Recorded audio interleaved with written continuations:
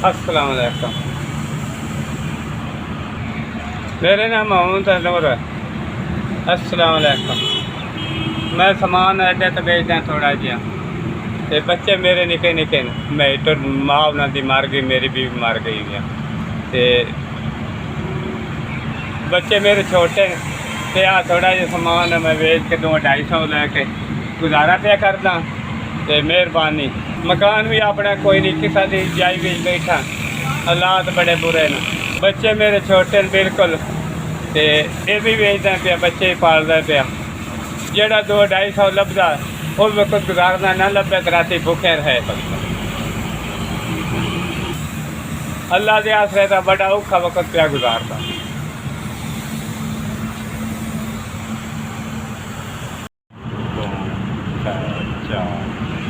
अल्लाह पाक बच्चे जिंदगी करे, अल्लाह सही सलामत रखे। इनकी इमदाद की है, अल्लाह सही सलामत रखे। अल्लाह बच्चे जिंदगी करे, तो आडी अल्लाह जिंदगी करे जिन्हें मेरी इमदाद कराई है। तो आडा गलिया 4000 में पहुँच गया जी। निके निके बच्चे आता 200-250 का माल बेचना तो सब मैं बड़ा कर देता। अल्लाह खैर करे, अल्लाह तुहाडी जिंदगी करेगा, अल्लाह तुहानू तोड़ अपना,